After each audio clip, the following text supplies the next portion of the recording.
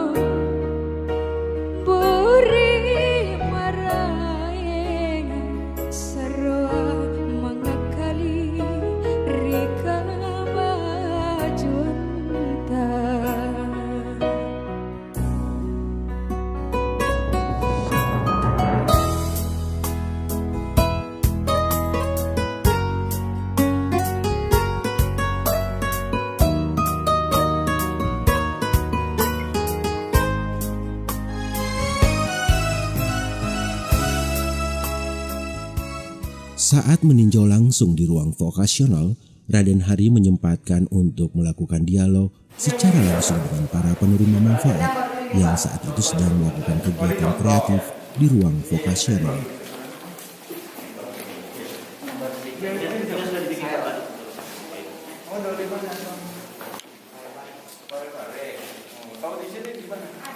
Dari orang tua diantar sini. Pernah pakai? Dulu pakai apa? Sabu. Dapat dari mana? Dari teman. Sama nih rata-rata sabu juga. Hah? Sekarang masih pakai? Oh enggak. Kali masih pakai. Masih minta ke kepala balai. sekitar sini Pak yang Oh di pohon sekitar sini ya? yang model. Ini hidup atau potongan? Atau untuk latihan? Hidup ini. Ada tamat yang. Jadi berapa orang nih yang masuk ini? Ada 11 ya. Masih mau pakai sabun lagi nggak? Insya Allah enggak Pak. Jangan ya. Iya. Rusak masa depan kamu nanti. Siapa namanya? Indra Pak. Hah? Indra. Indra ya. Indra sama teman-teman jangan sampai ulang lagi ya. Iya. Kasihan orang tua. Ya, orang tua besarin kamu di 3. Kandung ada yang dari bulan-bulan. Ini dari kecil nih. 14 tahun ya. Ngelem itu ya. Ngelem apa? Pakai apa? Pakai apa? Pakai lem. Bawa-bawa sama teman-teman ya.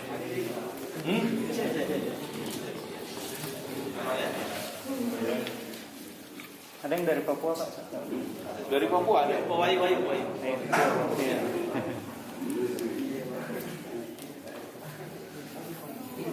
Jadi udah berapa lama? Kau ini baru tadi malam.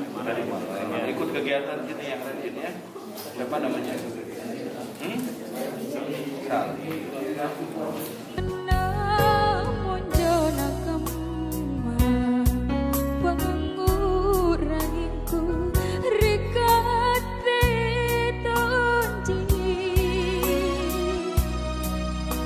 Kabut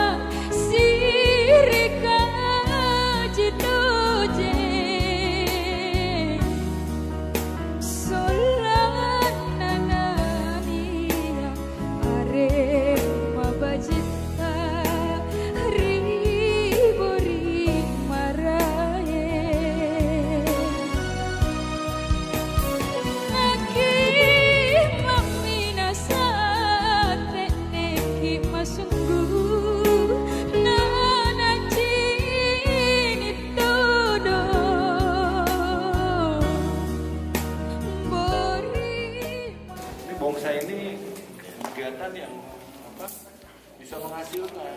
Mahal itu kalau udah jadi. Tapi butuh waktu. Nggak bisa secepat langsung jadi. Ini harus berani nih nggak pakai rangkaian yang lebih artistik. Ya. Yang penting nggak patah, diputer-puter nanti hasilnya dibuat. Nah ini udah jadi Pak. Tapi nanti bikin lebih variatif, muter ke sini, gitu kan? Pelan-pelan jangan sampai patah. Puterin ke sana, sambungin, gitu kan? Nih kayak contohnya nih, kan ini bagus nih. Oh, bisa sampai ke bawah gini. Jadi nanti bertahap. Sekarang begini dulu, biar nggak kaget. Tapi nanti besok mulai diatur lagi. Jadi pelan-pelan, misalkan ini diturunin ke bawah nih. Mungkin yang kayak gini udah susah kalau turunin ke bawah. Tapi yang masih batangnya kecil tuh masih bisa. Bahkan bisa muter misalkan ya. Oh, ini kayak gini kan bagus. Makanya saya tertarik ini, contohnya paling bagus. Oh ini biasa. Ini mulai ada bentuk bonsainya. Nanti ada ini cutting. Biar nggak tumbuh gede. Ada meninggi ya. Terus ada pengangkatan ini biar growingnya, pertumbuhannya nggak terlalu pesat. Jadi nanti akar-akar di dalamnya tuh itu kan punya nilai seni tinggi, itu akan kelihatan ke permukaan. Dulu saya tukang bikin bonsai. Dan kayak gini masih gedein lama ini Pak. Ya. Loka karya pengumpan Loka residen sini Pak. ya. Loka residen Pangmurangi Pak ya. Loka karya Pangmurangi. Iya Pak. Ini yang kemarin Pak ya. Ayam. Kemudian juga panggil yang kemarin kan yang sudah ini nanti kami panggil yang anak ini Pak yang sudah ahli yang udah jadi. Teman yang baru. Sedikit diperhalus lagi Pak, diri hanya sedikit aja. Sampai sini.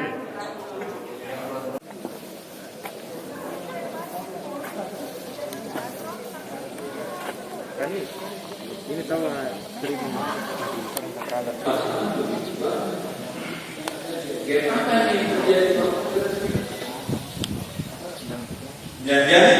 Bapak Kepala Balai Besar Swasta Solo,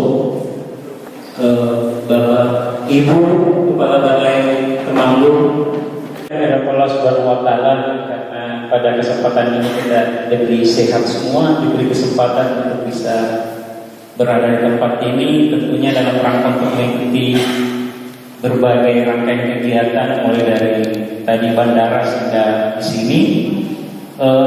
Kali ini kami mengangkat tema pemberdayaan KPN dan ODH, korban penyalahgunaan hak residen Pangmurangi, karena kami tahu persis bahwa yang datang sudah sukses terlebih dahulu dalam CEO dari Sentra Kasih Atensi di terbaru buat kami semua, sehingga loka yang kita kelar ini walaupun buntut Pak Dirjen yang paling mudah, tapi kita ini tidak terlalu jauh tertinggal dengan balai loka yang sudah ada sebelumnya. Oleh karena itu peluang yang ditangani secara residen maupun yang ditangani berbasis keluarga. Oleh karena itu kami mohon dukungannya kepada Bapak Ibu semua kepala balai yang memberikan ilmu-ilmunya kepada kami sehingga kami bisa menyerap dan mengaktualisasikan di tempat kami yang baru ini. Oleh karena itu sekali lagi terima kasih banyak. Mudah-mudahan ini bukan yang terakhir Bapak Ibu di sini, sehingga selalu kami mendapatkan hal-hal yang update. Demikian pengantaran kami. Terima kasih. Assalamualaikum warahmatullahi wabarakatuh. Saya persilakan kepada Pak Pedi. Assalamualaikum warahmatullahi wabarakatuh. Yang terhormat Bapak Dirjen Kementerian Sosial, Bapak Direktur KPN, yang berbahu membahu dan sangat kompak, ya, saling menguatkan. Walaupun kursinya berbeda, yang satu SGP kan, Wisma, Warahmatullahi wabarakatuh. Yang saya hormati para direktur yang hadir, dan Pak Vito Budi. Siapa yang belum kenal Pak Budi, silahkan berdiri. Kemudian ada Pak Direktur Rehabilitasi Sosial Korban Penyalahgunaan Narkoba, Pak Victor. Mana Pak Victor?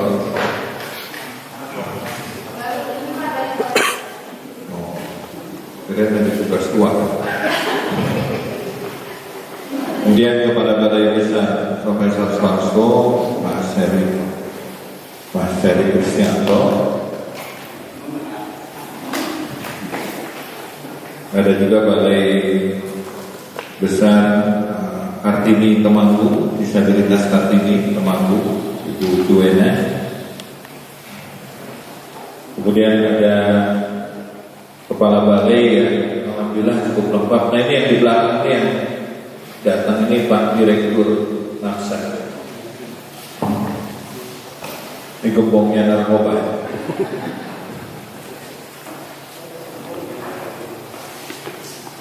Para kepala balai yang hadir ini cukup lengkap. Pertama yang sudah itu tetangga dengan lokal Presiden dan lokal karya Pak Murangi. Ada Pak Labib, Kepala Balai Wirajaya, Disabilitas Wirajaya.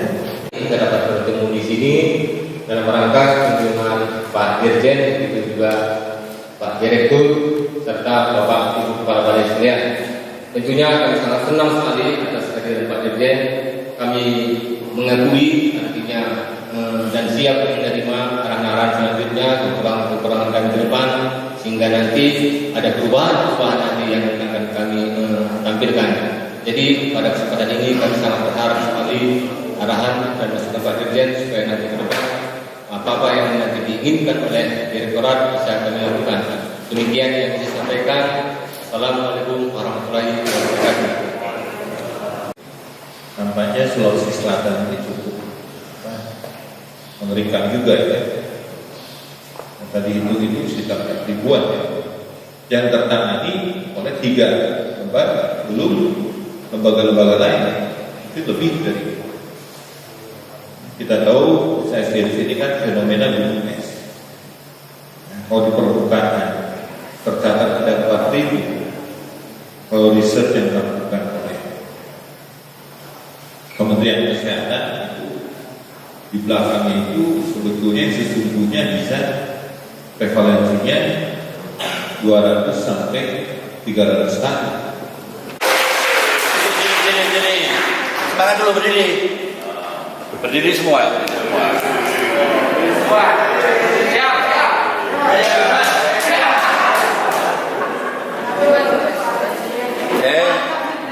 Tangan di atas.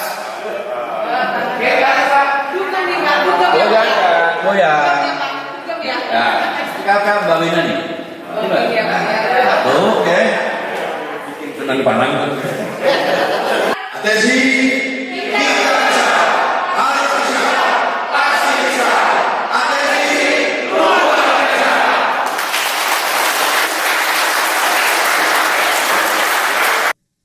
Raden Hari di sela kunjungan kerjanya di Loka Rehabilitasi Sosial Korban Penyalahgunaan Nafsa Pangurangi di Kabupaten Takalar pada Jumat 2 April 2021 mengatakan wilayah kerja kedua balai ini mencakup Sulawesi, Maluku, dan Papua sehingga memiliki peran yang sangat strategis.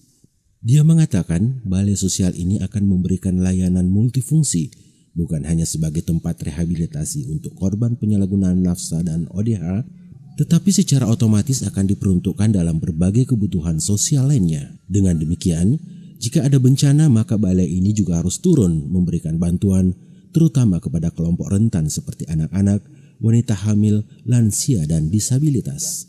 Diperlukan untuk memulihkan fungsi sosial dalam pengertian bisa mengatasi masalah yang dihadapi, bisa menampilkan tugas dan peranan mereka, serta memenuhi kebutuhan-kebutuhan yang esensial. Tetapi kan untuk masa depan mereka tidak cukup hanya rehabilitasi sosial. Harus ada kegiatan pemberdayaan sesuai dengan potensi yang mereka miliki. Nah itulah arahan dari Ibu Menteri, Rehabsos harus terintegrasi dengan pemberdayaan sosial, bahkan juga terintegrasi dengan program jaminan sosial. Seperti ODIF kan membutuhkan jaminan kesehatan. Ya, perlu perlindungan sosial juga ya dalam bentuk bantuan PKH, bantuan BPNT atau kartu sembako dan bantuan-bantuan pemerintah lain ya, termasuk buat anak-anaknya seperti program Indonesia Pintar atau kartu Indonesia Pintar. Itu perlindungan. Ya, dan karena itulah selain daripada resource terintegrasi dengan pemberdayaan dan perlindungan dan jaminan sosial, itu harus menjadi satu kesatuan pola pelayanan sosial. Ya, dan juga kedua balai ini kan merupakan balai yang bisa mencakup wilayah Kepulauan Sulawesi ini, Pulau Sulawesi ini, bukan hanya Sulawesi Selatan, ya, dan bahkan sampai ke Maluku, Kepulauan Maluku dan Papua. Jadi sangat strategis, ya. Dan semakin ke timur, balai kita cukup terbatas kan, itu hanya beberapa balai yang tersedia. Karena itu juga balai ini juga tidak hanya secara khusus nanti menangani ODIF dan korban nafsa, tapi juga ditugaskan untuk merespon berbagai masalah sosial lain, termasuk respon kedaulatan. Jadi kalau ada bencana, balai ini juga harus ikut turun, menangani dari sisi kebutuhan yang sifatnya darurat, terutama untuk kelompok rentan, ya, anak-anak, wanita yang hamil, ya, lansia, disabilitas, yang termasuk, ya, masalah-masalah sosial lain juga harus direspon. Jadi gepeng misalkan, jadi nanti itu arahnya jadi multifungsi. Makanya istilah Ibu Menteri itu sekarang menjadi balai sosial, ya, itu balai sosial yang akan memberikan layanan kepada siapapun yang membutuhkan bantuan dan pertolongan. Ya, dalam posisi yang bersangkutan juga masih tetap punya spesialisasi tertentu, gitu, ya. Jadi ini tetap jadi pusat rujukan juga kalau bicara ODIF atas pengalaman yang dimiliki. Gitu. Bicara nafsa ya tetap ini jadi pusat rujukan juga. Tapi balai ini juga tidak menafikan keberadaan masalah sosial lain. Nah, sudah tentu tantangannya kan kesiapan bukan hanya sarana prasarana secara fisik. Kalau secara fisik ini sangat luas, 10 hektar.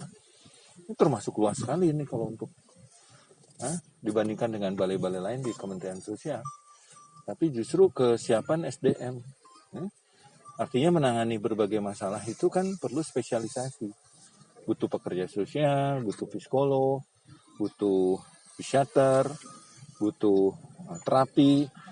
Nah, kalau nanti suatu saat balai ini juga menangani misalkan disabilitas, kebetulan yang bersangkutan disabilitas intelektual misalkan, itu butuh terapi okupasi, terapis di bidang okupasi misalkan. Kalau di sini balai ini akan memberikan pelatihan-pelatihan vokasional, ya, maka butuh SDM yang punya kemampuan dalam memberikan pelatihan-pelatihan keterampilan. Itu, dan itu bukan tidak mustahil bisa terwujud karena kan sumber daya yang ada itu kan tidak hanya dari internal Kemensos. Kita bisa melakukan kerjasama secara konstruktif dengan pihak-pihak lain, termasuk dengan lembaga-lembaga kesehatan sosial. Ya, tadi hadir beberapa lembaga resos yang menangani ODIF. Ya, mereka sudah sangat berpengalaman. Ya, sebagai balai yang relatif baru, setahun berdiri, ya tidak salah kalau sharing pengalaman. Ya, karena itu saya tugaskan ke Kepala Balai untuk mengaktifasi kegiatan ini didasarkan kerangka kerjasama yang konstruktif dengan lembaga-lembaga kesehatan sosial.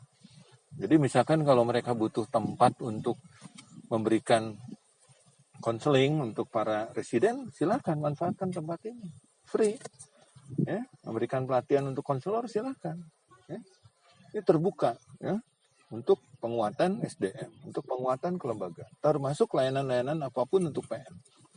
Nah, apalagi Bu Menteri kan, Bu Risma meminta balai juga harus punya sentra pemberdayaan, ya, dalam bentuk sentra kreasi atensi. Nah, saya sudah meninjau kalau untuk tempat workshop nggak kurang tempat ini, ya, termasuk juga kegiatan vokasi maupun kegiatan pertanian, perkebunan, peternakan, ini sangat memungkinkan. Tempatnya cukup luas, ya. Nah, tinggal sekarang showroomnya kan. Nah, ternyata barusan ada seorang PM, ya, namanya siapa? Aswar, Pak. Aswar. Ya. Ternyata dia seorang PM residen nafsa, tapi dia ternyata seorang arsitek. Itu potensinya diaktualisasikan oleh pendamping dan dimintakan desainnya. Nanti direspon tadi ditayangkan, diapresiasi oleh audiens kan, karena bagus desainnya. Rasanya seorang arsitek ya, kebetulan dia terpleset dalam hidupnya, ya nikmati nafsa itu kan, tapi kan bukan tidak ada kesempatan. Itu kan berarti pemberdayaan kita berbasis potensi, berasaskan minat, berdasarkan talent. Nah udah, saya tugaskan, manfaatkan keberadaan yang bersangkutan. Gitu. Ya. Saking tertariknya tadi ada satu kepala balai yang nanti meminta mendesain yang di Temanggung misalkan, karena di sana mau ada perluasan sentra kreasi atensi. Nah cara-cara terobosan seperti ini yang diharapkan oleh Bu Menteri sebetulnya. Nah, dan saya melihat potensi dari jalan depan itu, kan kiri kanan ternyata 2 meter ke kiri, 2 meter ke kanan di luar jalan utama itu masih tanah Kementerian Sosial. Nah sepanjang jalan itu kalau dibikin sentra kreasi atensi kan bagus. Bisa dibikin kuliner di situ, pusat kuliner, showroom di situ. Bahkan sempat terpikir mungkin pakai kontainer. Itu sepanjang jalan itu. Gitu. Jadi teman-teman media kalau mau kongkong kan tinggal datang ke situ kan.